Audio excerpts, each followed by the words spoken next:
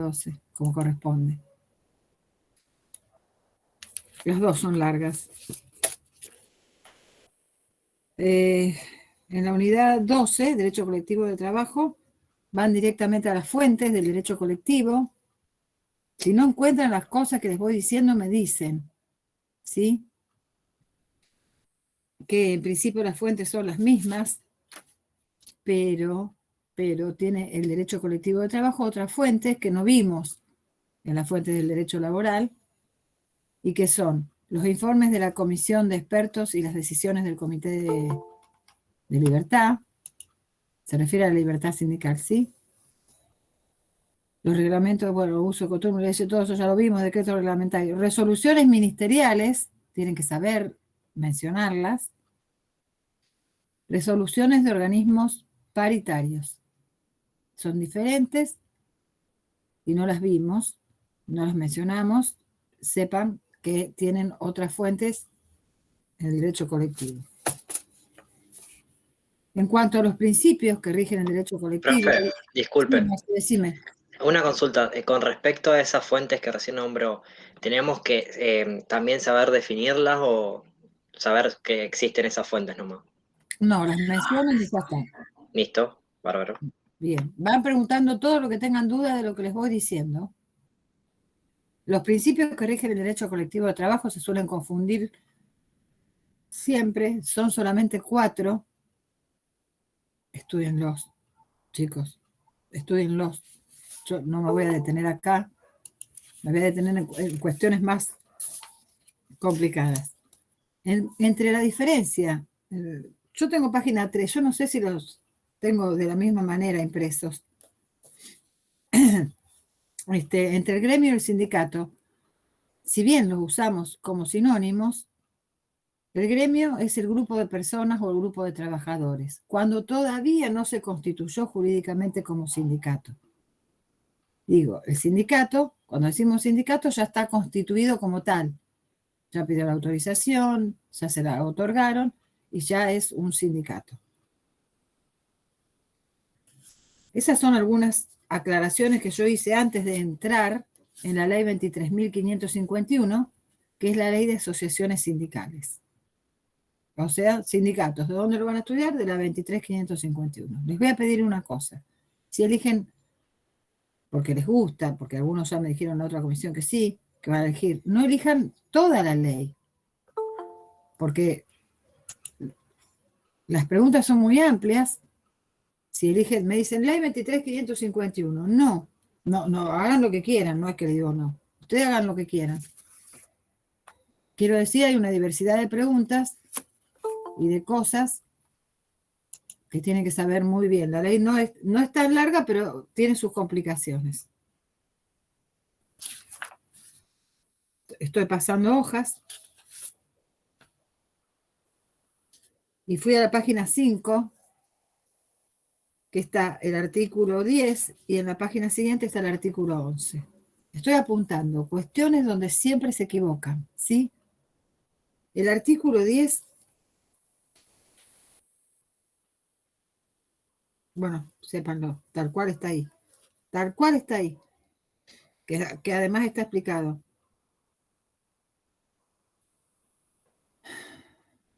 Sí, sépanlo tal cual.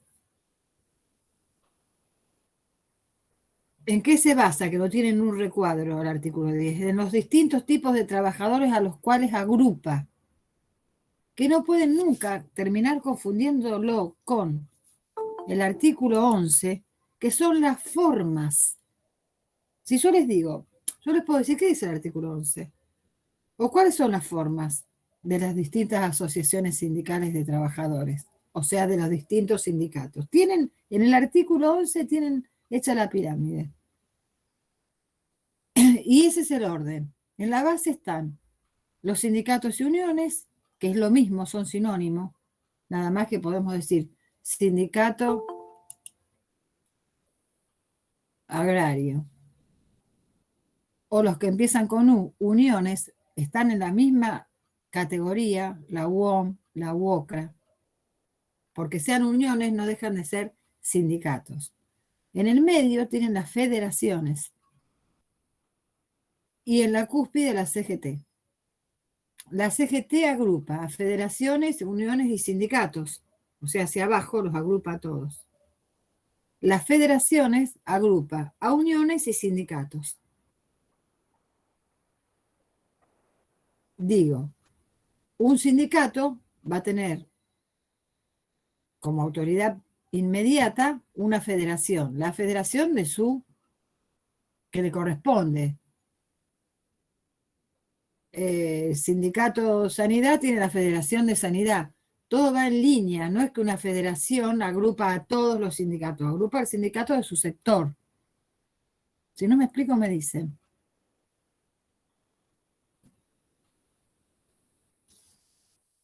El artículo 12 habla de la libre afiliación de los trabajadores. ¿A qué se refiere esto? Que no se puede obligar a los trabajadores a afiliarse al sindicato. De ninguna manera podemos obligar a un trabajador a que se afilie y pague una cuota sindical. El que lo decide es el trabajador voluntariamente. Y acá aclararles que existe lo que se denomina cuota sindical por un lado y la cuota solidaria por el otro. No está en el archivo. No, no está. Cuota, voy de nuevo, la cuota sindical, que es aquella a la cual el trabajador se afilió voluntariamente a su sindicato, y como se afilió al sindicato, el empleador actúa como agente de retención, retiene, normalmente es el 3% sobre el sueldo, retiene ese 3% de cada uno de sus trabajadores como agente de retención y luego lo va a depositar en la cuenta del sindicato. Esa es la cuota sindical, a la que nadie puede ser obligado a abonarse. Por el otro lado existe la cuota solidaria que se llama, que viene de la mano de la solidaridad y que no todos, pero muchos sindicatos sí se la cobran a sus trabajadores, a la solidaria, que es de la mitad de lo que hubiese sido la cuota sindical.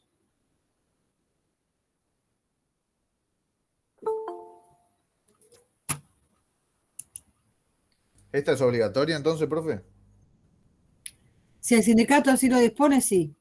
Hay sindicatos que no la cobran, a la solidaria, pero otros, la mayoría sí. ¿Cuál es el fundamento de la cuota solidaria? Y chicos, si paga si se afilió al sindicato, no paga la solidaria, ¿sí?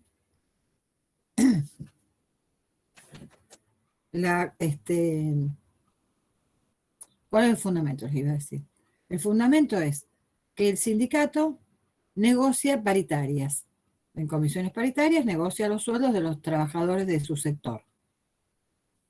Y además negocia, celebra y negocia convenios colectivos de trabajo. Esos convenios colectivos de trabajo que siempre van a favorecer a trabajadores, que van a mejorar la ley de contrato de trabajo, y las paritarias favorecen, digamos, a todos los trabajadores, estuviesen o no estuviesen afiliados al sindicato.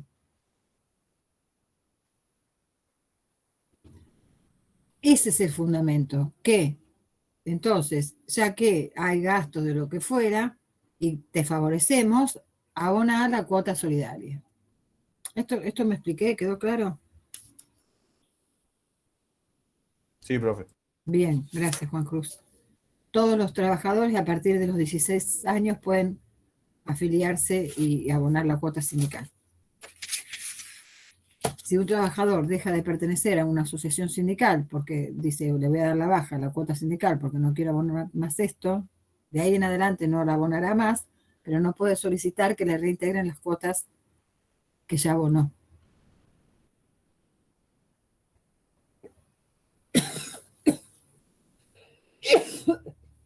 Ya tengo la garganta destruida. Bueno. En cuanto al artículo 17, la dirección y administración de un sindicato, dice que es un órgano compuesto de 5 miembros, Se eligen, todo lo que tenga que ver con sindicatos se elige a través del voto directo y secreto. Como cuando nosotros vamos y votamos en las elecciones nacionales o provinciales. El voto es directo y secreto. ¿Cómo se conforma la comisión directiva de un sindicato? No, tampoco está. Bueno, anoten. El primero dentro de un sindicato es el secretario gremial. En segundo lugar, existe el cargo de secretario adjunto, que viene pegadito al secretario general. En tercer lugar, el secretario gremial, que normalmente en la jerga le decimos el delegado gremial, que no tiene nada que ver con el delegado que vamos a ver después. El delegado gremial está trabajando en el sindicato, dejó su puesto de trabajo, no tiene nada que ver con el delegado del personal, que ahora lo vamos a ver. Profe, Sí, decime, Margarita. Sí. ¿la comisión cómo se llamaba? Es la comisión directiva del sindicato. ¿Cómo se conforma un sindicato? Es la pregunta en el examen. ¿Y el primero que nombró no era secretario gremial también? No, general. Ah, listo, listo. Entonces el general, el adjunto y el gremial son los principales. Capaz que dije eso y chicos, miren que voy por la segunda clase y en la otra hablé. Bueno, Creo que sí que dijo gremial 2 veces. bueno. ¿Vieron? Pasa, todo nos pasa con ustedes. Ustedes tendrían que estar en la otra comisión, que yo estoy más lúcida. Más lúcida y no me molesta la garganta. Bueno, vamos, voy de nuevo. Anoten, reanoten, corrijan. Secretario general, secretario adjunto, secretario gremial. Sigo. Tesorero.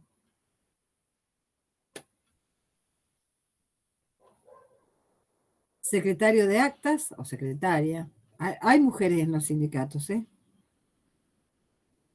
Y después aparecen todos los vocales, que serían los vocales titulares y los vocales suplentes.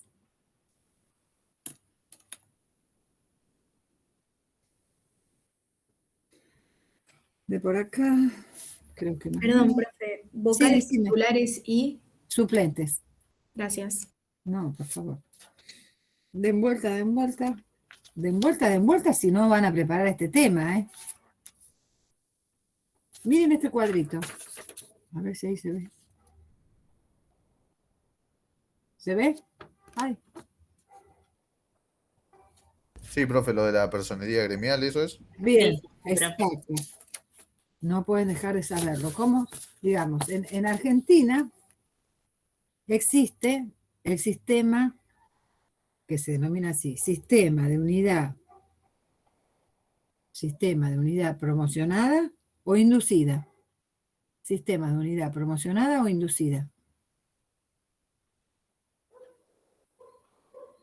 ¿Qué quiere decir esto? Que en principio hay una asociación, una sola asociación con personería gremial. Ahora les explico lo que significa. Una sola asociación con personería gremial de la misma actividad, ámbito, profesión, territorio. Una sola asociación con personería gremial. Pero además existen lo que se denominan asociaciones simplemente inscriptas.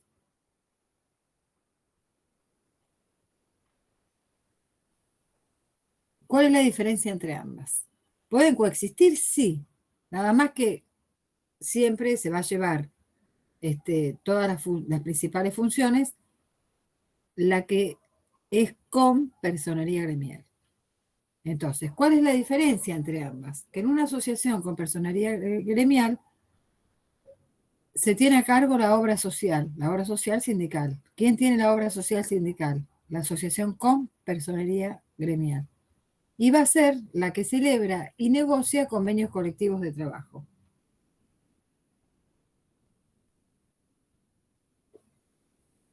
A diferencia de la simplemente inscripta, que no negocia convenios colectivos de trabajo, salvo que en su ámbito en el territorio en el cual está, por ejemplo, Rosario o Santa Fe, no exista otra asociación y que sea con personería gremial. Digo, una simplemente inscripta nunca negocia convenios colectivos de trabajo. Salvo que fuera la única que existiera, siendo simplemente inscripta, y podría en ese caso. Nunca va a tener a cargo la obra social, porque la tiene la otra.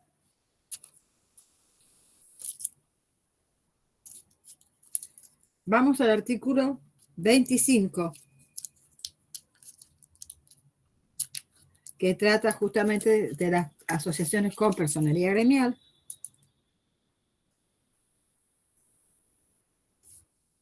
Y ahí tienen los requisitos, que los tienen que saber. Tiene que estar inscripta y debe haber actuado durante un periodo no menor de 6 meses. Tiene que afiliar a más del 20% de los trabajadores que intenta representar. ¿Y cuál va a ser la más representativa? Esa, la que tiene personalidad gremial y que por lo tanto es la que cuenta con mayor número promedio de afiliados cotizantes. ¿Qué quiere decir esto? Que tienen el mayor número promedio de afiliados que pagan una cuota sindical. Cotizantes, cotizan, pagan.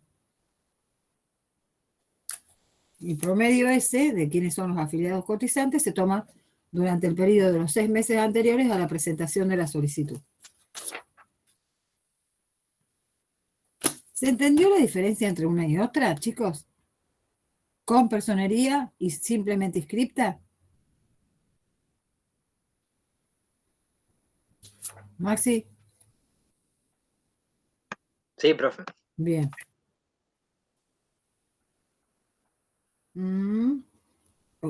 Esto que yo le estoy diciendo es puntualizar para el examen, ¿eh? Me voy a cansar de decírselos. Y profe, esto lo estudiamos por más de que no preparemos este tema. Sí. Sí. Que no es poco. Pero bueno. Antes de seguir con esta unidad, cuando dimos la unidad 11 de Derecho Procesal, ¿se acuerdan que dimos Derecho Administrativo y Derecho Procesal la semana pasada? Sí, Me profe. olvidé de avisarles que tienen que estudiar, yo me lo salteé, los principios que rigen el proceso judicial. En la unidad de la parte judicial, o sea, en la unidad 11, en el archivo están todos los principios que rigen el proceso judicial, y que eran tecnicismo, rapidez, economía, todos son 8. Los estudian.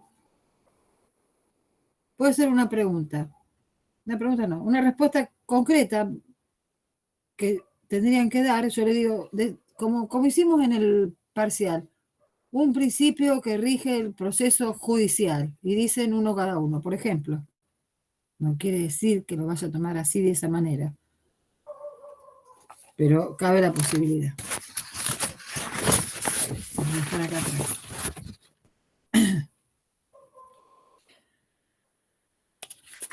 Sigo. Vamos a delegados del personal, artículo 40.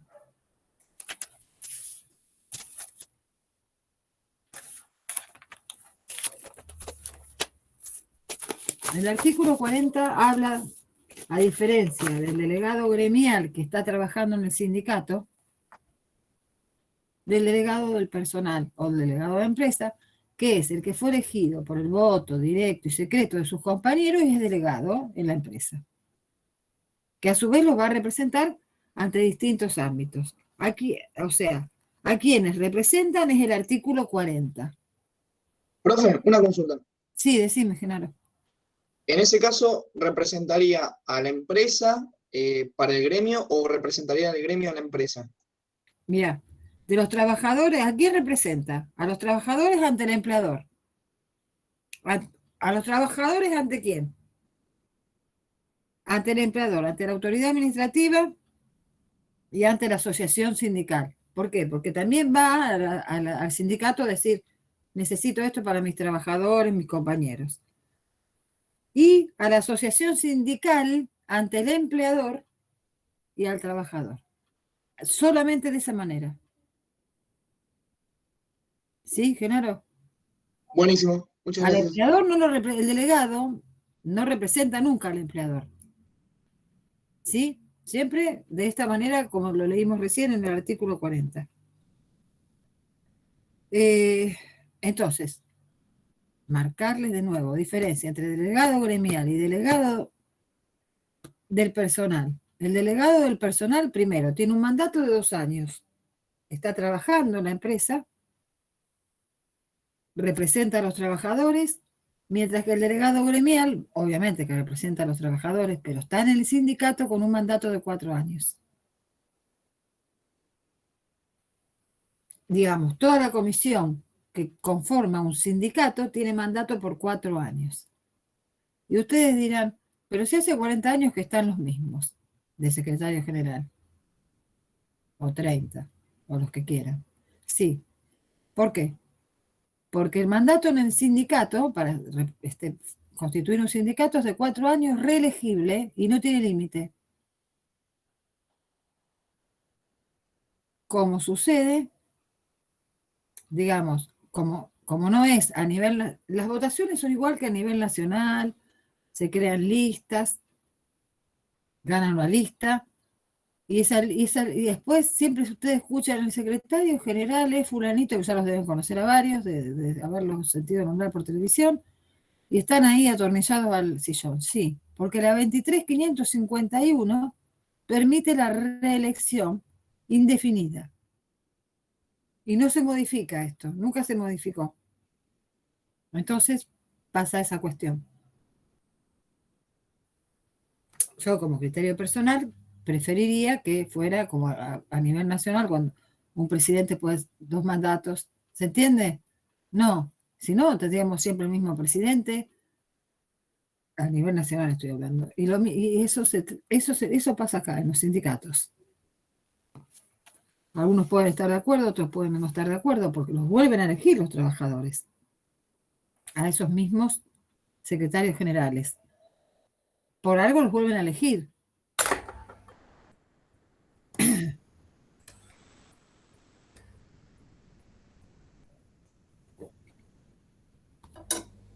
Con respecto al artículo 41, o sea, para ser delegado de empresa, y aclararles respecto del inciso A, el inciso A del artículo 41 dice que para ser delegado del personal se debe estar afiliado a la respectiva asociación con personería gremial. O sea, no puede ser delegado del personal un trabajador que está afiliado a una asociación simplemente inscripta, porque lo dice directamente la ley. Pero este inciso 1 del artículo 41 fue cuestionado en su momento por ATE, Asociación de Trabajadores del Estado, que donde se había postulado como delegado un trabajador que estaba afiliado, pero no a una asociación con personería gremial, estaba afiliado a una asociación simplemente inscripta. Fueron a juicio y la Corte Suprema de Justicia de la Nación determinó que también podía ser delegado de personal quien estuviese afiliado a una asociación simplemente inscripta. Consecuencia,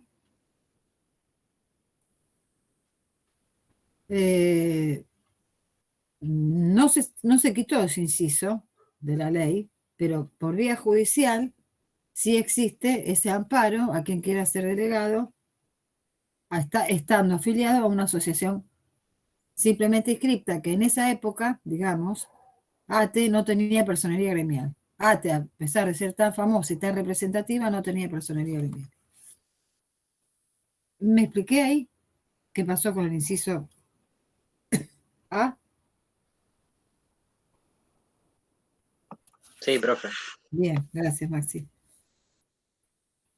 Profe, perdón. Sí, Entonces, también se permite que esté afiliado a una asociación sindical sin personería gremial. claro. ¿O no? Solamente Sí, fue ese fallo. es por ese fallo, pero Pero se puede invocando ese fallo, si alguien lo negara. Ah, listo, listo. Gracias. ¿Sí? No, por nada. En conclusión, ese inciso 1 quedó declarado inconstitucional. Sin embargo, sigue ahí como si nada hubiera pasado, porque no me acuerdo de qué año, 2009 es el fallo de ATE. Hay otros requisitos que quien se postula para ser delegado del personal tiene que estar afiliado como mínimo a esa postulación, al momento de la postulación, 1 año. Tiene que tener 18 años de edad y tiene que tener 1 año aniversario anterior a la elección en la empresa. El mandato dura 2 años, ya se los dije. Pasan al artículo 45. Y lo estudian, tal cual está ahí. ¿Cuántos delegados tiene que tener cada empresa según la cantidad de trabajadores que hay en esa empresa? Según la cantidad de trabajadores, tendrá la cantidad de delegados. Y saber que, primero que tiene que haber sí o sí, si una empresa que tiene 3 turnos, por ejemplo, tiene que tener un delegado por turno. Y que si el grupo de delegados de la misma empresa son 3 personas o más, o sea, 3 delegados o más, se constituye lo que es un cuerpo colegiado ya. O sea, actúan colegiadamente porque son 3 o más trabajadores con su mandato de delegado. Después comienza lo que es la estabilidad. ¿Cuándo hay estabilidad? Estabilidad gremial. ¿O qué significa la estabilidad gremial?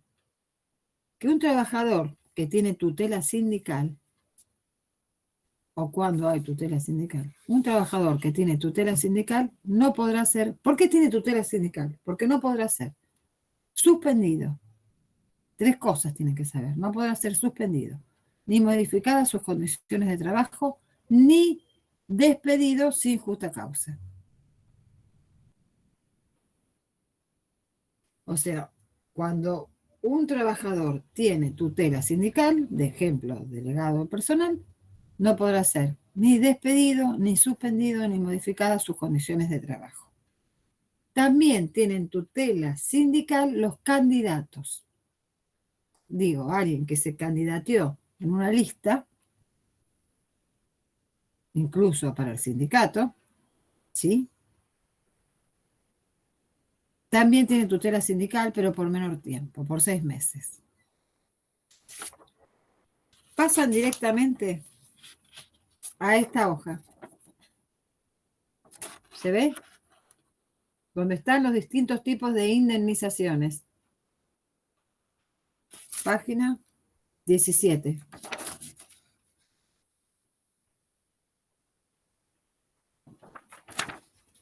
Y entonces ahí, de manera muy clara, tienen cómo se va a tutelar a cada uno de estos trabajadores y cómo se los indemnizaría en caso de ser despedidos sin justa causa. Si fue despedido con anterioridad a la candidatura, o sea, digamos que en la empresa ya se corría el rumor o llegaron datos de que Juan Pérez se va a candidatear para el puesto que quieran, que le va a dar tutela sindical, lo despiden antes. La jurisprudencia general determinó que es un despido discriminatorio. Le hacen bowling. Sí, ni hablar. Digo, a ningún empresario le gusta tener delegados. El delegado estorba normalmente. Digo, no sé. No sé qué opinan ustedes. Pero el delegado es el que va a reclamar todas las cosas, los derechos de los trabajadores, o no se cumple con esto, o pagaron mal este mes tal cosa, no se cumplen las cuestiones de higiene y seguridad. Bueno, molesta. Es molesto para el empleador. Ahora, puede suceder que se haya despedido a un candidato no electo. No electo. ¿Por qué? Porque en un sindicato, por ejemplo, como ejemplo el sindicato, se va a elecciones y aparecen distintas listas. Juan Pérez se postuló para ser candidato en una de esas listas y esa lista perdió. Por lo tanto, nunca va a asumir.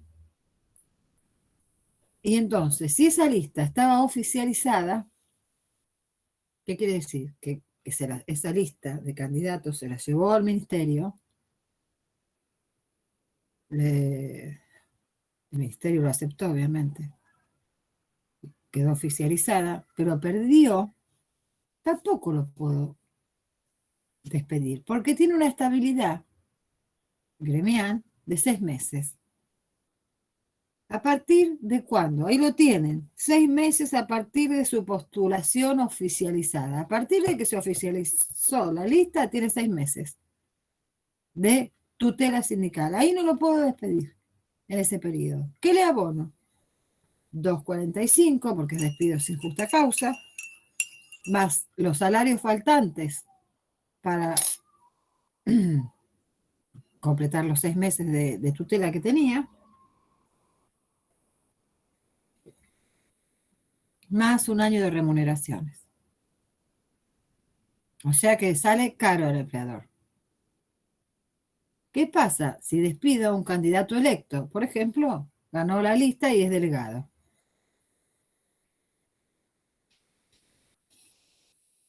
¿Cuánto era el mandato del delegado de personal? 2 años. Como indemnizo. 2.45, despido sin justa causa. Todos los salarios faltantes hasta cumplir los 2 años de mandato, más un año de remuneraciones. Le vuelve a salir más caro al empleador. ¿Preguntas acá en despido? No, bien, No. bien. Chicos, ¿alguno ya eligió tema? No, No, profe. no, remotamente. Bueno, Yo Profe. elegí, profe, ¿cómo? que yo ya elegí, me Perdón. parece. Así, Magalí, ¿cuál? Extinción, pero tengo que ver qué parte.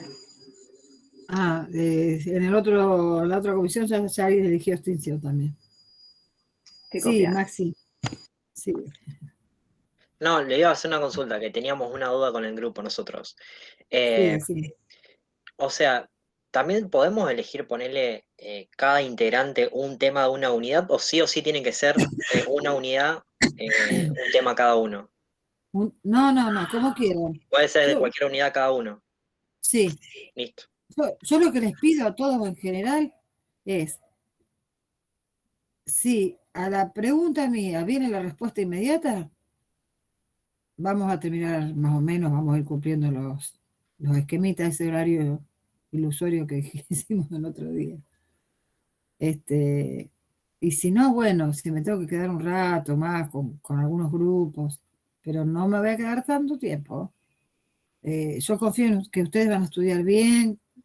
Digo, un examen concreto, conciso, pregunta y respuesta, nos vendría bien a todos, más a ustedes, de hablar. Les estoy queriendo decir eso, nada más. Vean cómo estudiar. Vean. Miren, hoy hablábamos con la otra comisión justamente, la diferencia de este año, el año pasado, cómo se dieron estas unidades, terrible, porque hay gente que es recursante. Yo el año pasado tenía aunque no les parezca que las clases hayan empezado el año pasado, 15 días antes que este cuatrimestre, son 2 clases más. Entonces yo me dediqué, que me lo decía una alumna, una clase a Derecho Colectivo y una clase a la unidad 14. Y ahora tengo que dar las 2 unidades hoy, cuando ya dimos también 2 unidades la semana pasada en la misma clase. Digo, se hace como largo a lo mejor, si hubieran sido 15 días más de clase, pero Pero así, para la teoría, por lo menos en laboral, es bastante imposible, bastante complicado. Y no es porque uno lo quiera hacer así.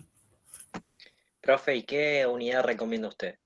No, todas son interesantes. A mí me gustan algunos temas más que otros, pero eso no quiere decir que lo tengan que elegir. Tiene una ¿Cómo variedad. cuáles? No todos me gustan. Me gustan todos. Me aburre la 10, me aburre a mí, no quiere decir que le aburre a ustedes. Me aburrió desde que existe. No, profe, nosotros dijimos la 10.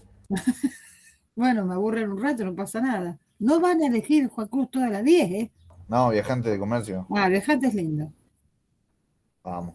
Viajante es el más entretenido, me parece, para mi gusto. Yo le iba a hablar sobre las 5. Por ahí no se acuerda. Las 5 no. Eligen de la segunda parte. No, ya sé, porque dijo que se cansó de escucharla. Las 5, por Dios. Todos. Jornada de trabajo de la mujer, jornada de trabajo de la mujer. Decía yo, por favor. Yo Bueno, le dije sanciones. sí. Sanciones, no se arriesgaban muchas sanciones. Va, porque eligen temas tan fáciles. Bueno, no importa.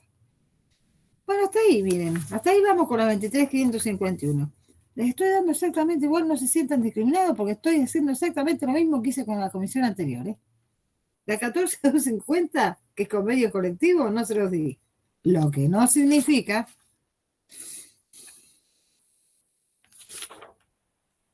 miren que no se las di, que no la tengo ni marcada, pero sí les nombré alguna. Tienen que saber, ahí me acordé, lo que les di a los otros, me tengo que acordar.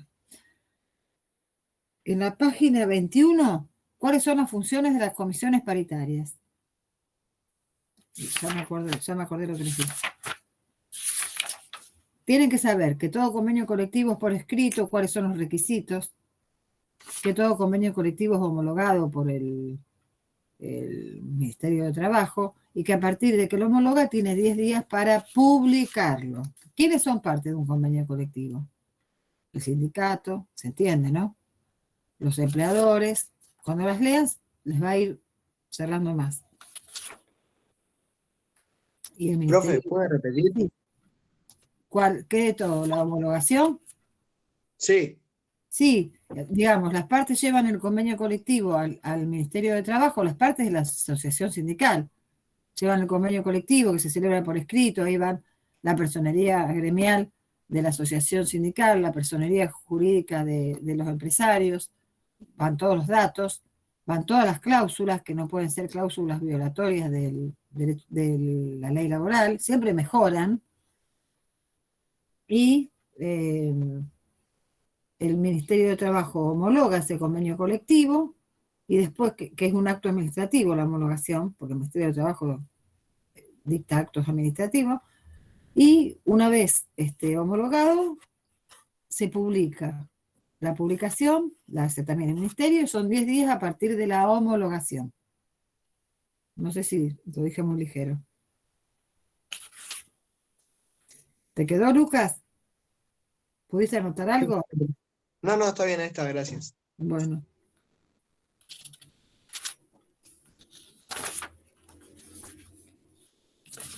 Medidas de acción directa. No, búsquenlo. Yo algo hablé la semana pasada sobre medidas de acción directa. Que son 4 páginas, o sea, 2 hojitas. Está también el lindo tema. ¿Se acuerdan que les dije que existían? Cuando dimos Ministerio de Trabajo de la provincia de Santa Fe, hablamos de que no podían las partes que estaban negociando ante el Ministerio en un conflicto de carácter colectivo, dijimos que no podían iniciar acciones o llevar a cabo acciones de medida de acción directa, ni por parte del trabajador ni por parte del empleador. Eso lo expliqué. Y les mencioné algunas medidas de acción directa y tienen que saber la diferencia entre la Lo huelga de y el la paro. huelga. ¿Qué, Maxi? Lo de la huelga. Claro. Huelga, que les dije, es constitucional, es la única medida de acción directa constitucional. Tienen que saber la diferencia entre huelga y paro. Saber todas las restantes medidas de acción directa, todas.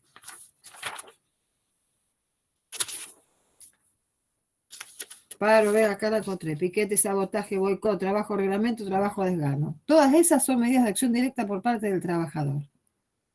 Por parte del empleador tenían el lockout, ofensivo y defensivo, y les dije, el ofensivo no está permitido, el defensivo está permitido, pero ninguno de los dos es constitucional. Cuidado ahí. Seguro que me olvidé algo del derecho colectivo, pero como también sé que no van a estudiar demasiado. Y les insisto, si eligen el derecho colectivo, no elijan toda la ley 23.551. Sí, pueden elegir la 14.250 de convenios colectivos, porque es mucho más corta, pero yo no me arriesgaría a ir por todas las asociaciones profesionales. Pasamos directamente a la unidad 14.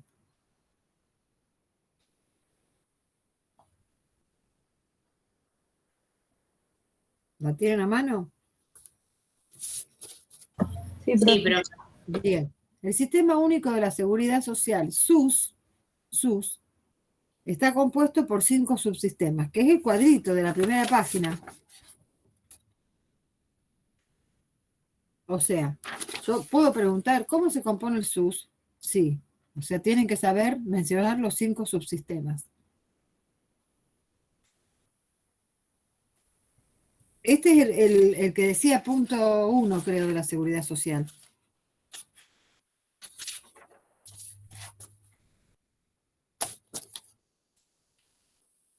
Si hoy les Sí, es el pregunto, que decía punto 1. claro, si hoy les pregunto cuál es la diferencia entre el sujeto del derecho laboral y el derecho de la seguridad social, saben que el sujeto del derecho laboral es el trabajador y el empleador, y el derecho de la seguridad social es el hombre en general. Hombres dicho genéricamente, hombres y mujeres. Todos. ¿A quién cubre la seguridad social? A la universalidad de personas, sin distinción. Decime. No, bien. Yo sí, no, la quería dejar Decime. terminar de hablar. Ahí No, vuelvo a repetir el tema de las fuentes también, ¿no? claro, que las tienen que saber. Ah, pero no es porque las fuentes las tienen que saber. Y aclararles de las fuentes que a eso iba. Ustedes tienen las fuentes acá de nuevo. Constitución Nacional, leyes, decretos, ya lo saben de antes. Pero la cuarta fuente, la quinta y la sexta son fuentes propias del derecho laboral. Ay, perdón, del derecho a la seguridad social. O sea, los convenios de seguridad social, que son convenios entre la nación y la provincia, los convenios de corresponsabilidad gremial, donde participan las federaciones agrarias, y las resoluciones de organismos o entes gestores son las 3 fuentes propias de la seguridad social.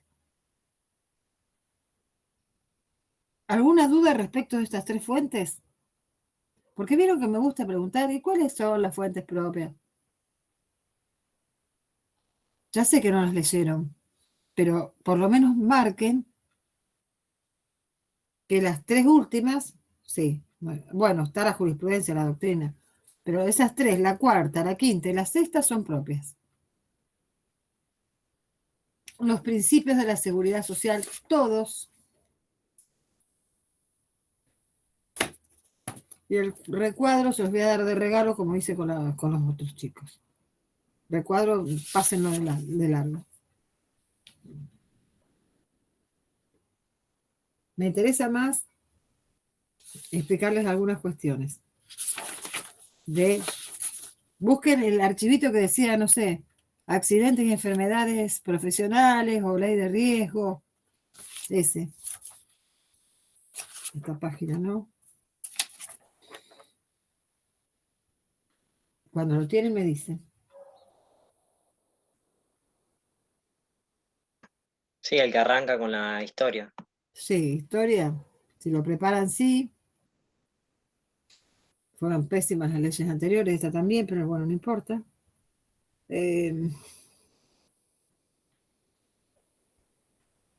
En cuanto a las características generales de la 24.557, que es el ABC, es la ley actual, que está modificada también por varias leyes, tiene el aspecto preventivo y el aspecto reparador. Lo tienen que saber. Si quieren les explico, o si lo están leyendo me preguntan a qué se refiere cada algo donde tengan una duda. Digo, el aspecto preventivo se refiere o se aplica justamente, como lo dice la palabra, antes de que un trabajador se siniestre, antes de que un trabajador tenga un accidente o una enfermedad profesional. Se cubre la RT con el examen médico periódico que le va a hacer a los trabajadores, va a controlar que la empresa cumpla con las normas de higiene y seguridad, y al trabajador aún no siniestrado lo va a capacitar justamente para que no se siniestre.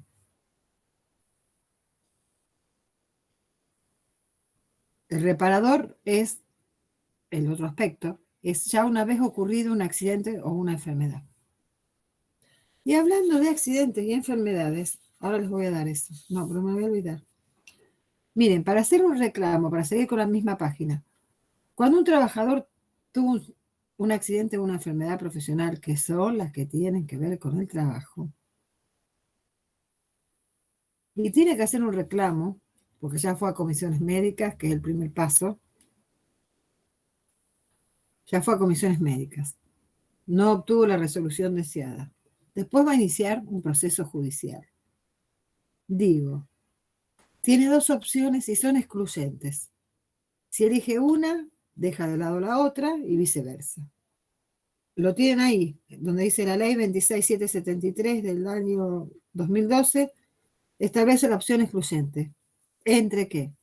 Entre que el trabajador elija la opción de ir a través de una acción civil y que es una reparación integral, ahora les explico lo que quiere decir, o que opte por la vía laboral a través de la ley de riesgo de trabajo.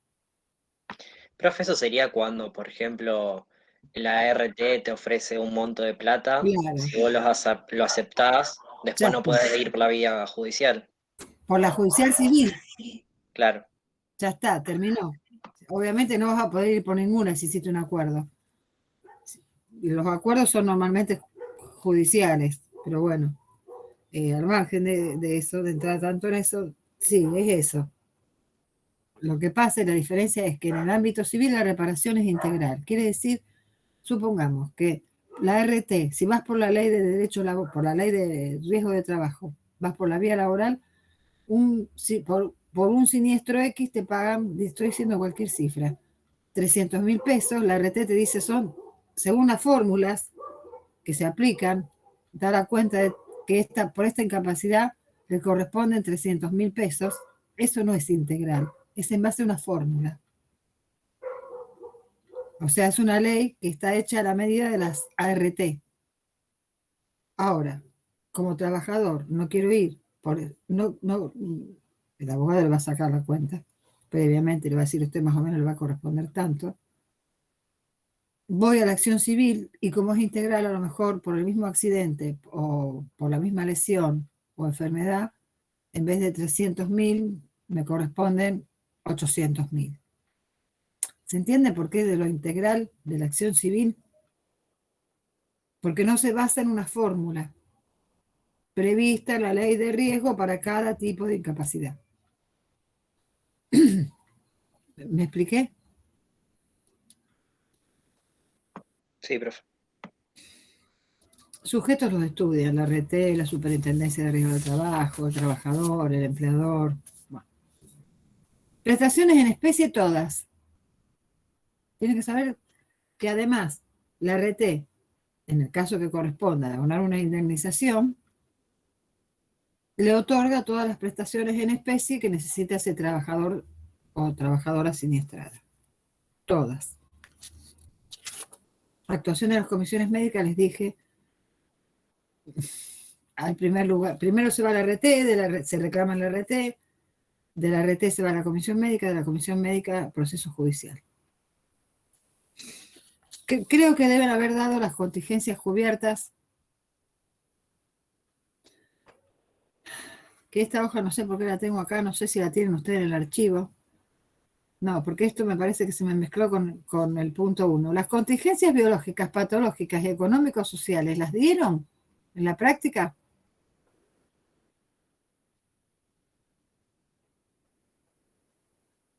No, profe. Creo que no. ¿Seguro? No sé si alguno se acuerda, yo no me acuerdo, la verdad. Que Para son, mí tampoco. ¿no? Maternidad. ¿Dónde está esa hoja? El punto 1. Debe estar en el punto 1 de seguridad social, y se me mezcló a mí. Hay una, miren, a ver. Contingencias cubiertas, profe. Sí, ¿dónde está? Esa. ¿La ven? Yo la tengo en la página 5 del archivo de accidentes y enfermedades profesionales, pero no está eso que estás mostrando, profe.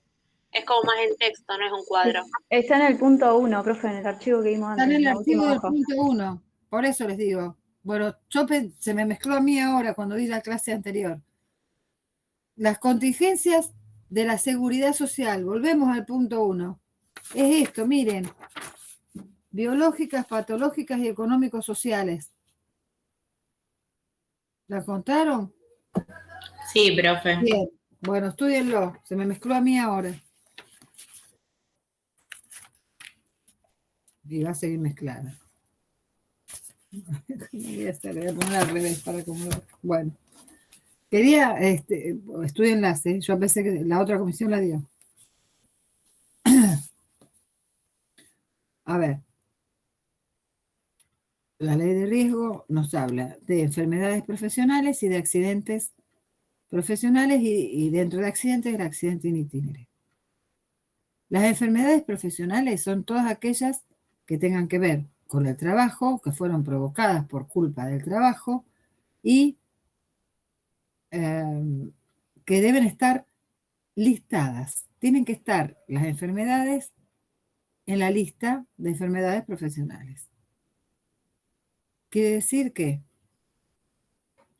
si un trabajador aparece con una enfermedad que le provocó el trabajo y no está en la lista, no estaría enfermo para la ley de riesgo. Entonces, en ese caso, se recurre a las comisiones médicas y esa enfermedad se agrega a través del trámite del arbolito de las comisiones médicas, se agrega al listado. Eso en cuanto a las enfermedades. Digo, una enfermedad profesional tiene que estar provocada, por ejemplo, por la utilización de un solvente. Y le provoca alergias o de algún otro químico mucho más importante, alergias en la piel, alergias respiratorias, cáncer, lo que quieran. Tiene que estar provocado por la tarea que desarrolla. Y los accidentes, les hago una pregunta, a ver si saben esto, si se les ocurre esto. Hablamos de accidente in itinere, que es el que va desde el trayecto del domicilio del trabajador al domicilio del empleador. Ahora lo vamos a desarrollar. Pero un accidente de trabajo, olvidándonos del itinere por un segundo, ¿puede ser que se produzca en la calle sin ser in itinere? ¿Y si trabajás en la calle, profe? Obvio. Tan fácil era la respuesta. Por ejemplo. Los de las Dime. cuadrillas, Un basurero. esas cosas. Ahí está. ¿Quién más? Juan Cruz. Sí, te escuché, Maxi. Lo de las cuadrillas de la luz y esas cosas que van a arreglar. Claro. Entonces 10 minutos estuve con eso antes. Bueno. Una persona que trabaja en la calle, su jornada es en la calle, no quiere decir que se esté trasladando, que sea un itinere. La jornada es en la calle. Bien. Entonces ahora sí, retomamos accidente in itinere, que les decía que era del domicilio del trabajador al del empleador y viceversa.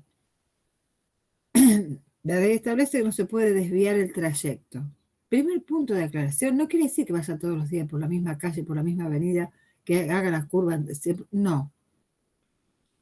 Tiene que estar dentro del tramo de tiempo que demora de un lado hacia el otro. Que si demora media hora, estimativamente, ese accidente no haya sido a la hora y media que salió del trabajo. A eso se refiere. Y el accidente in itinere, como es en la calle, lo mejor que puede hacer el trabajador es efectuar la denuncia de que tuvo un accidente de tránsito o de que lo asaltaron con la moto o lo hicieron caer con la bicicleta o como fuere. Es lo mejor que puede hacer porque las ART son bastante reticentes a abonar los accidentes in itinere. Digamos, ponen más palos en la rueda que si es un accidente de una persona que se cayó de una escalera y estaba trabajando en su jornada laboral, bueno, bien. Pero con el accidente in itinere empiezan a pedir más cosas. Entonces lo ideal es hacer la denuncia. Se puede modificar el itinere, sí, con 72 horas de anticipación. Solamente en los 3 supuestos que establece la ley. Que son por razones de estudio, pues va al trabajo y del trabajo se va a la facultad, ya lo tiene avisado a eso, obviamente, lo va a avisar desde el principio. Cuando se concurre a un segundo empleo, y que también lo puede avisar con 72 horas de anticipación, cuando se refiere, digamos, al cuidado de un familiar enfermo directo, no conviviente. Y acá, en este último supuesto, es donde se cuestionan las 72 horas. Porque si se enfermó hoy, ¿cómo aviso con 72 horas de anticipación que tengo que cuidar a un familiar enfermo directo no conviviente? ¿Se entiende? Acá es donde se cuestiona. Profe, ¿le puedo hacer una consulta que me perdí en algo? Decime. El cuadrito este que usted recién dijo que estaba, digamos, en el archivo del Sí. punto 1, digamos, de donde dice el cuadrito contingencias cubiertas, no iría en ese archivo, sino en este otro, de accidentes. No, va en el primero. ¿Cómo? Va en el primer archivo, en el punto 1. Sí, sí, está bien. pero, digamos, no va en el primer archivo y va en este. Yo estoy en el archivo de la ley de riesgo. Ahora. De accidentes. Sí. Por eso, o sea, lo sacamos del primer archivo y lo ponemos en este. No, lo dejan en el primero. La que lo tenía mezclado era yo. Lo tenías bien vos, Maxi. Ah, listo. ¿Está bien? Se me mezcló a mí. Ahora. ¿Accidente y tienen alguna pregunta? Yo les voy a hacer una pregunta. Tiene un trabajo durante la mañana, sale a las 12 del mediodía. Y a la 1 del mediodía entra en el segundo empleo. Tiene un accidente en el camino. Y el primer empleo, el que es hasta las 12 del mediodía, tiene una RT. El segundo empleo tiene otra RT. ¿Quién paga? ¿Quién se les ocurre que paga? ¿Quién se hace cargo de ese? Y si iba al segundo empleo, se hace cargo de la RT del segundo empleo. Excelente. Tiene un 10. Así quisiera que fueran todos los exámenes. ¿A quiénes abarca o incluye esta ley de riesgo? ¿A quiénes le aplicamos la ley de riesgo de trabajo? Yo no sé si estoy siguiendo el archivo, porque yo tengo cosas agregadas acá que no sé si están ahí. Bueno. ¿A quiénes les aplicamos? A los trabajadores en relación de dependencia privada, a los privados, a los del sector privado, eso quise decir. A los trabajadores del sector público, de la administración pública nacional, provincial o municipal, y a las personas que están obligadas a cumplir con una carga pública. ¿Qué sería esto? Carga pública.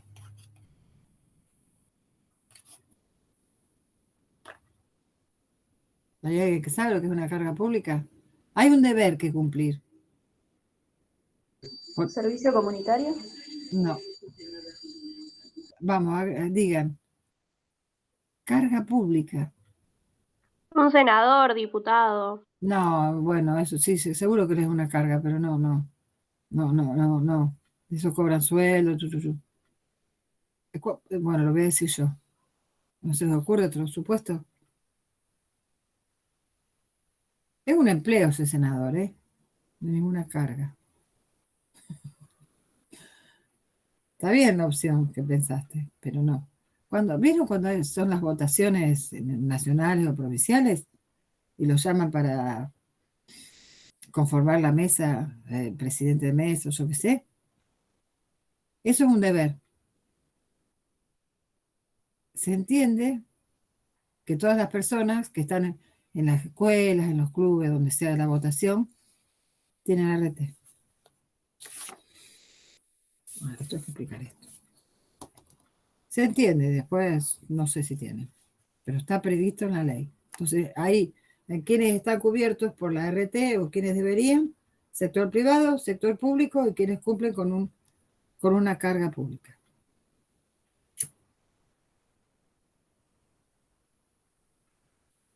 ¿Sigo? ¿Puedo seguir? Sí, profe. Bien. La ley prevé, obviamente, el sistema de RT, digo, que todo empleador debe tener una RT. ¿Se acuerdan que en casas particulares tenían que tener RT, no? En la unidad 10. O sea, todo empleador debe tener una RT. La otra opción que trae la ley se llama autoaseguro.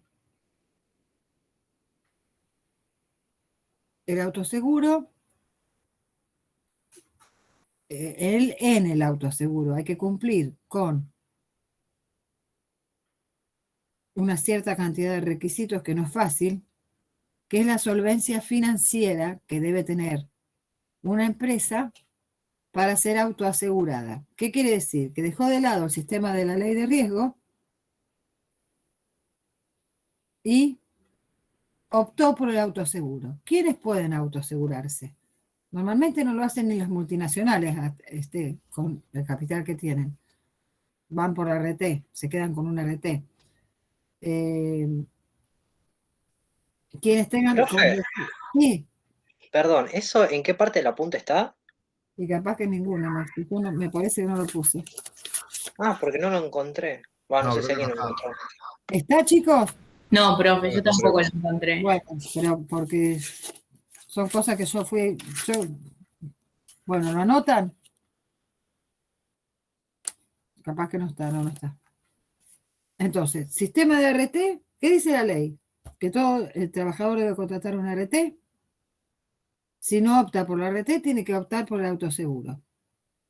Autoseguro, lo agregan, que se los puedo preguntar. El autoseguro es acreditar solvencia financiera a través de bienes inmuebles, tener una cuenta que queda reservada para el caso de accidentes o enfermedades. Por lo tanto, digamos que en Argentina quien está autoasegurado es el Estado normalmente, el Estado Nacional, el Estado de la provincia, las provincias optan por el autoaseguro y no pagan cuota de RT, pero tienen mucha solvencia económica. Ahora bien, quien no optó por la RT y quien no optó por autoasegurarse queda fuera del sistema. Es una sanción que impone la misma ley de riesgo. ¿Qué implica? Que ante un accidente o una enfermedad de un trabajador, va a responder con sus propios bienes, ya sea para las prestaciones dinerarias como para las prestaciones en especie. Tengo que repetir algo, me dicen, porque no está en el archivo. Lo último, profe, ¿lo puede repetir? La última oración que se me tildó. Sí, que si no optó por el autoseguro el empleador y tampoco contrató una RT, responde con sus propios bienes ante el accidente o enfermedad profesional. Y va a responder tanto por las prestaciones dinerarias como por las prestaciones en especie. Las dinerarias son las indemnizaciones que corresponden por las incapacidades. Y las en especie, las que les dije antes. ¿Sí? Que estudien bien. Sí. ¿Alguna pregunta? Yo, Sí. No, en- decime. entonces está la ART y si no, el autoseguro. Sí. Y si no tenés ninguna de las dos, es por lo último que dijo usted recién. Paga con su propio patrimonio. Listo. Bien, porque no es ni autoasegurado ni tiene RT. Bien. Vamos a los distintos tipos de incapacidad. Profe, perdón, una pregunta. Decime. La solvencia financiera es la acredita con bienes inmuebles y una cuenta para... Sí, sí, una listo. cuenta con una buena cantidad, una buena suma, que va variando permanentemente. Es una reserva especial, digamos, que se hace con esa cuenta, que se dice, este dinero es para afrontar accidentes y enfermedades profesionales. Y no se toca. Va. Yo digo lo que debería de ser después. Bueno. Ven que se lo está mezclado. Por favor. Vamos a ver esto si lo di. Sí, esto lo di. Espérenme un segundito. Lo dimos, lo dije. Bien. Vamos a los distintos tipos de incapacidades de la Ley de Riesgo de Trabajo, que no son los mismos que las de accidentes y enfermedades inculpables que vimos en la unidad de suspensión. En enfermedades y accidentes inculpables teníamos la la incapacidad parcial permanente y la total definitiva. Eran las únicas dos incapacidades que vimos que regían para las enfermedades inculpables. Hasta un 66% y el 66% en adelante la total. Exacto. En cambio, la 24.557, si quieren háganse un cuadrito chiquitito, o menciónenla de alguna manera, las tienen en el archivo igual. Existe la incapacidad temporaria y la incapacidad permanente. La permanente, a su vez, puede ser parcial o total. Permanente total no se subdivide. Y la permanente parcial puede ser leve o grave. La permanente parcial leve es igual o menor al 50%. Y la permanente parcial grave es mayor al 50%, porque si no sería leve, pero menor al 66% de la total obrera. O sea, hasta un 65,99% es permanente parcial grave. La total es igual o mayor al 66%. Y luego existe la gran invalidez, que es otro tipo de incapacidad, ahora les explico. Y por último, no es una incapacidad, ya existe el fallecimiento. La temporaria, la primera que les nombré, dura 2 años, que pueden ser continuos o discontinuos. Entonces, en la temporaria, el trabajador puede estar enfermo, reingresar al trabajo, volver a enfermarse, y así sigue siendo temporaria durante el plazo de 2 años. Cesa, como les dice ahí, porque le dieron el alta médica, porque nunca le dieron el alta médica y lo declararon una incapacidad laboral permanente, porque transcurrieron los 2 años desde la primera manifestación invalidante, o porque falleció. ¿Y cuál es la primera manifestación invalidante? En un accidente no hay duda de cuál es la primera manifestación invalidante. Fue el momento que se produjo el accidente, tal día, tal hora. El tema es con las enfermedades, que puede alegarse, la primera manifestación invalidante de tal enfermedad me empezó con un dolor de cabeza en tal fecha, o me empezó con tal otra cuestión. Se entiende que es más difícil determinar una primera manifestación invalidante respecto de una enfermedad que lo que es respecto de un accidente. Esto ya lo vimos. Bien. Si llegan a elegir los distintos tipos de incapacidad, tienen que buscar ejemplos de cada una. Y aclararles que la gran invalidez es una incapacidad laboral permanente total. Es una incapacidad laboral permanente total. Tiene 66% o más. No hace la diferencia entre la incapacidad laboral permanente total y la gran invalidez el porcentaje de incapacidad.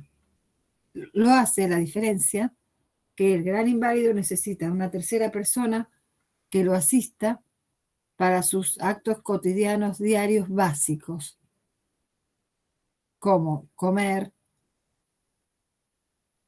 asearse, etc. O sea, el gran inválido necesita de una tercera persona que lo asista, pero no lo hace el porcentaje de incapacidad.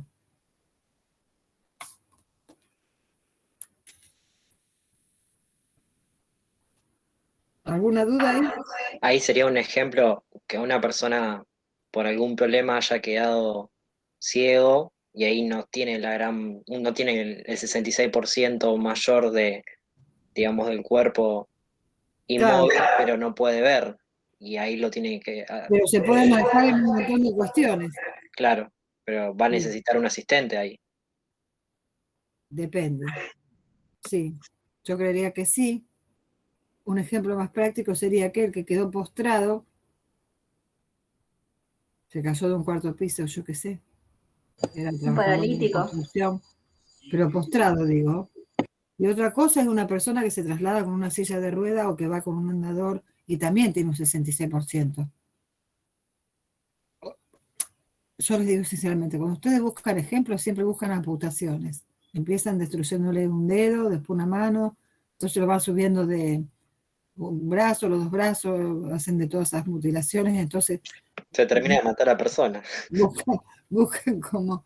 buscan ejemplos como más de accidentes. Un cuadripléjico, sí. Ese sería un gran inválido, Nair. ¿Quedó claro esto más o menos?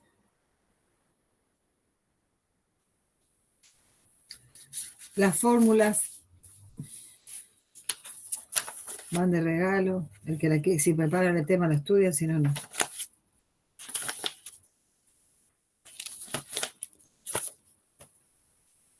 Bueno, pasamos a asignaciones familiares. El archivito de asignaciones familiares. No puedo tener este desborde de hojas. Busca el archivito de asignaciones.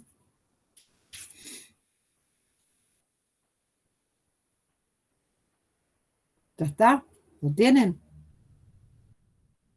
No. O anotan, si no. Sí, profe. Sí. Bueno. Los dos subsistemas, el contributivo y el no contributivo de asignaciones familiares de la ley 24714 de memoria. ¿A quiénes abarca el sistema? O el subsistema es lo mismo, contributivo y el no contributivo de memoria. Ahí lo tienen. El contributivo a trabajadores en relación de dependencia, beneficiarios de la ley de riesgo y beneficiarios del seguro de desempleo. ¿Qué quiere decir? Que esos tres grupos de personas cobran asignaciones familiares. Si alguien está cobrando por la RT, cobra asignaciones familiares. Si alguien está cobrando el fondo de desempleo, cobra las mismas asignaciones familiares que venía percibiendo. En el subsistema no contributivo se abarca a los beneficiarios del SIPA, del Sistema Integrado Previsional Argentino, jubilados, pensionados, etcétera, etcétera. Y ahí tienen que saber diferenciar qué tipo de asignaciones cobra un jubilado, por ejemplo, de los trabajadores en relación de dependencia. Los beneficiarios del SIPA cobran una asignación que no cobra ningún otro trabajador, ni siquiera las universales, ninguno, cobran asignación por cónyuge. Asignación por hijo con discapacidad y asignación escolar anual. Eso cobraría, por ejemplo, un jubilado.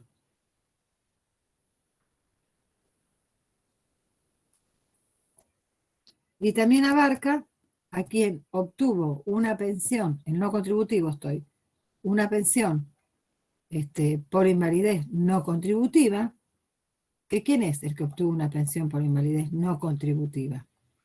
Que no estaba cotizando al sistema. Si no cotiza al sistema y tiene una enfermedad progresiva o que no le permite trabajar, va a ir a Desarrollo Social de la provincia de la Nación y va a solicitar una pensión no contributiva por invalidez, que va a ser de 3,50 pesos, pero algo va a tener. Bueno. No sé cuántos están. Bueno, no quiero tirar una cifra porque no estoy tan segura. 8.000 pesos, por ahí, no sé. Bueno, por ahí. No importa, no voy a preguntar el monto porque no me lo acuerdo yo en este momento, pero ya me voy a acordar.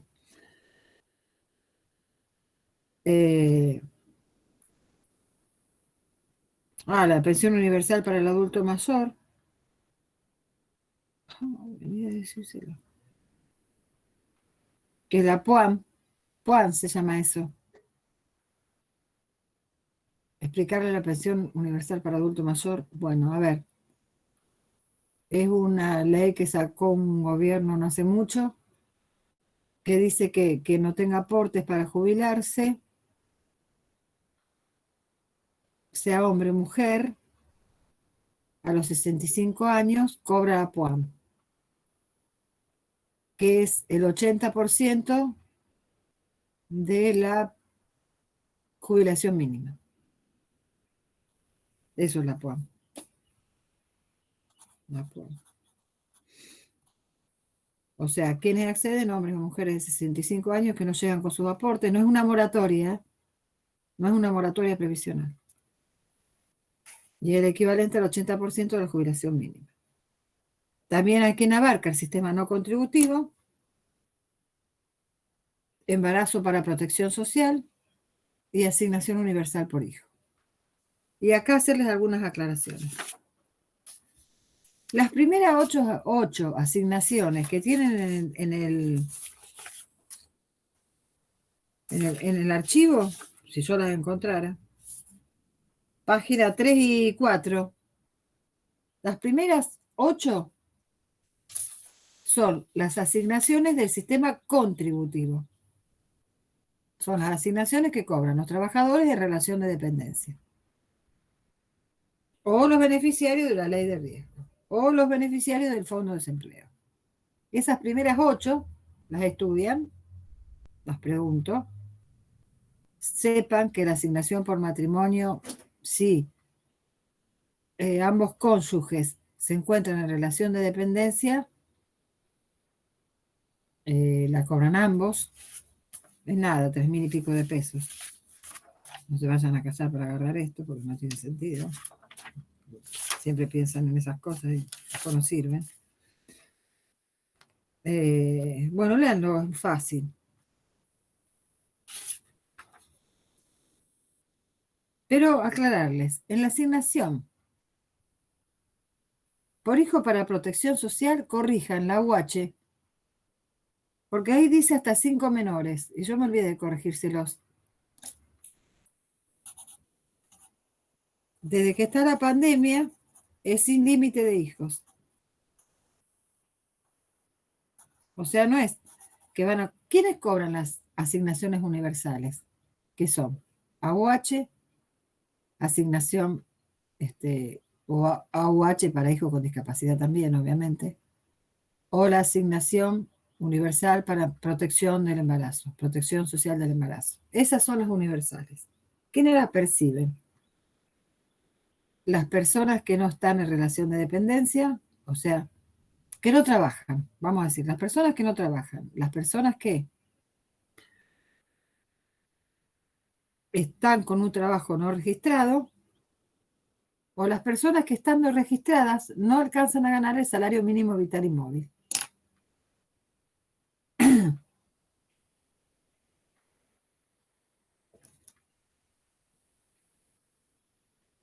Y acuérdense que en casas particulares cobraban las asignaciones universales.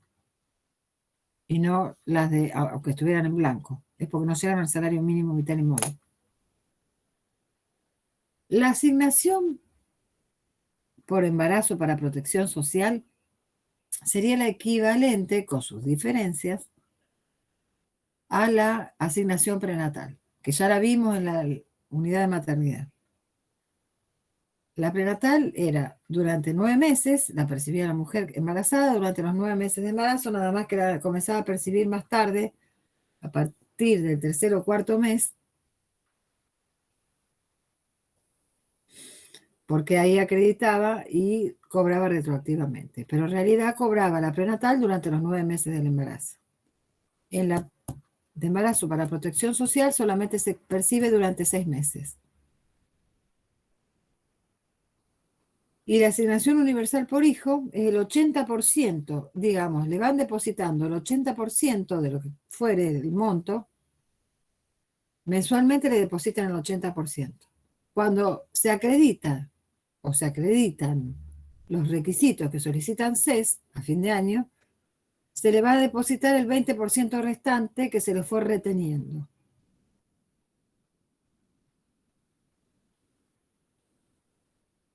Entonces, acuérdense que es sin límite de hijos, táchenlo eso que está sin corregir. Si los hijos por los cuales se está cobrando la asignación son menores de 4 años, solamente hay que acreditar 2 requisitos. Que se le hace un control de salud anual y que se cumple con el calendario de vacunación estatal. Ahora, si el hijo tiene 5 años, ya se entiende que tiene que estar escolarizado, entonces además de esos 2 requisitos, hay que agregar el certificado de la escuela que acredita que concurre a un establecimiento escolar. Esto ya lo vimos.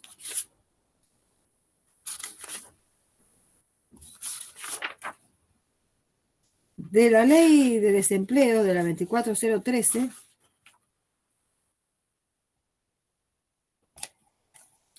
van a estudiar el artículo, esto viene así de artículo 113, 114, 117.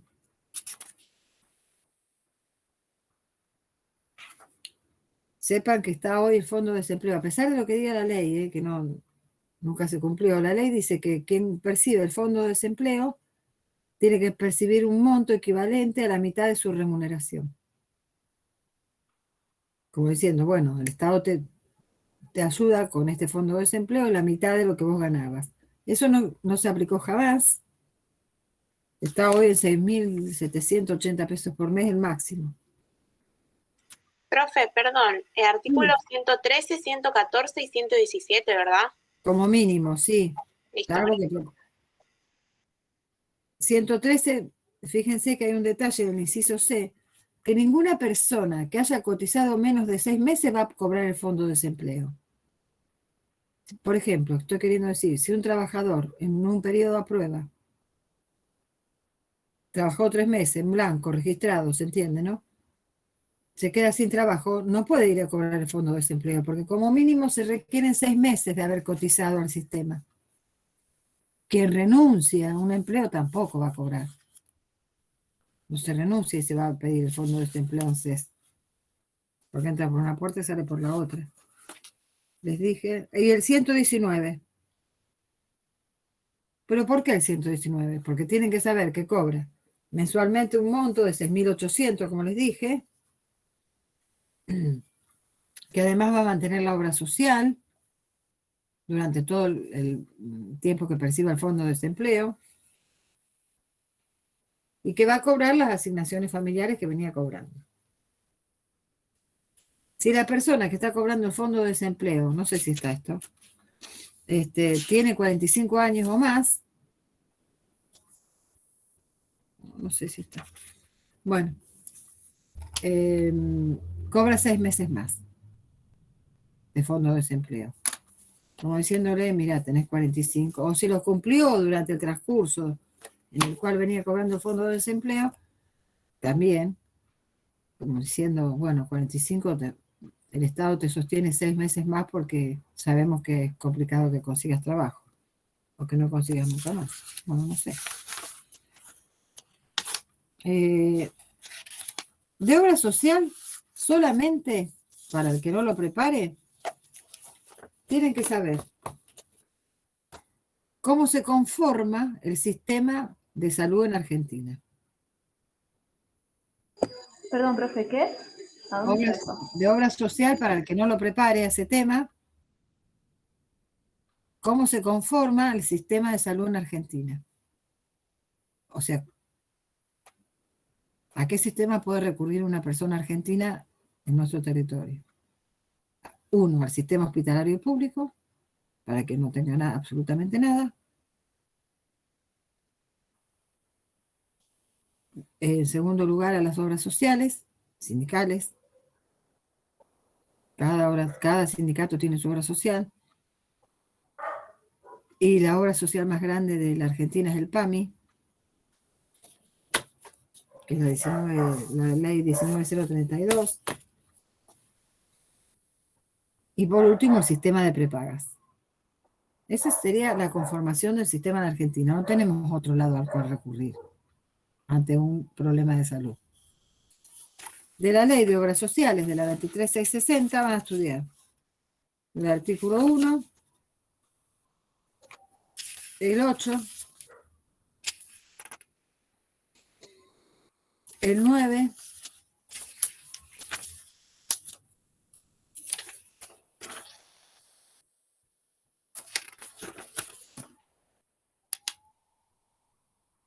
no sé en qué artículo está. ¿Se acuerdan cuánto se efectúa de aportes a la obra social? Como mínimo el 3%. Sí, el 3%. Bien. Y si tiene familiares adherentes, que incorporó más personas a la obra social, por cada uno de esos familiares, el 1,5. Más por cada una de esas personas. No encuentro el artículo. Pero bueno, por ahí debe estar. El 16 me parece que es. ¿Cómo? El 16 me parece que es. ¿16 de qué? ¿De obra social? Ah, Y el en artículo. Sí, gracias. Sí, y en el artículo 9, inciso B, también dice algo. Bueno. Eso solito es sobre obra social. Nos queda sistema previsional argentino. Del sistema previsional argentino tienen que saber cuáles son las prestaciones que brinda el sistema. El SIPA, Sistema Integrado Previsional Argentino, trae 6 prestaciones. La PBU, la PC, PBU, Prestación Básica Universal. La PC, que es la prestación compensatoria, y la PAP, que es la prestación adicional por permanencia. Entre esas 3 prestaciones se conforma lo que es la jubilación ordinaria.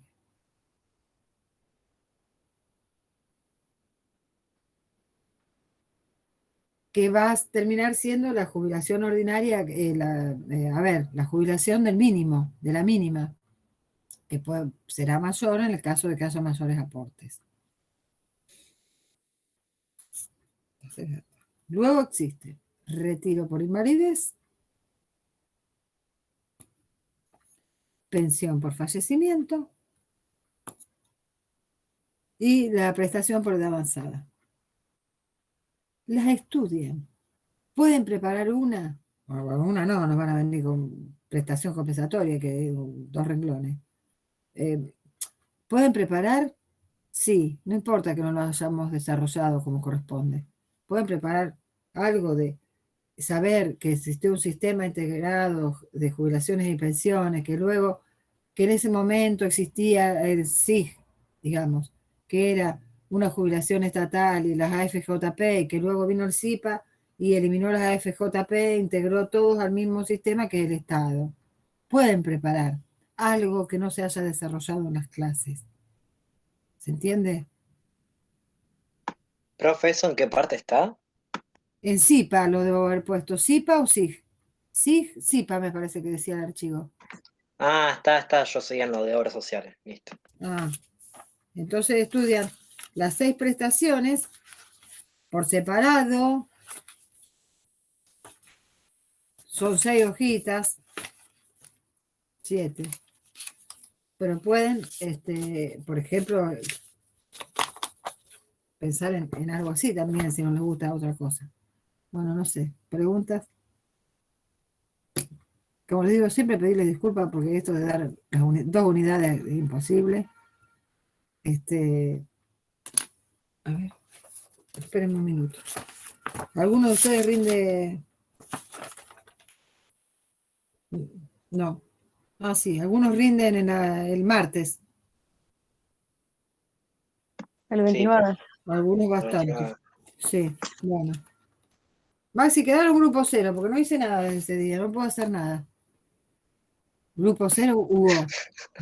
Bueno, ¿Te acordás que no sabíamos bien con qué? No miré. sí, no pasa nada igual. Bueno, pongo grupo, ya te dije. Maxi y sus compañeras. Nada, chicos, un placer haberlos conocido. Yo, profe, ¿le puedo hacer una consulta antes? Sí, decime. No me mate, pero tengo una No. duda con respecto a la unidad 7 porque usted nos dejó el archivo, pero no la vimos, me parece. No la vimos ni la veremos. Bueno, queda en el olvido entonces. Sí, más o menos. Yo les dije algunos articulitos por ahí, ¿sí? Que lean. 29 bis, que lean 30, 31. ¿Sí? Listo. ¿Qué más? Porque les digo la verdad, 2 o 3 unidades las di a tipear a otra persona, por ahí después me encuentro porque tienen algún error y porque no se me entiende la letra a mí. Bueno, pero en general la mayoría de las unidades que están tipeadas, las tipeé yo, están bien.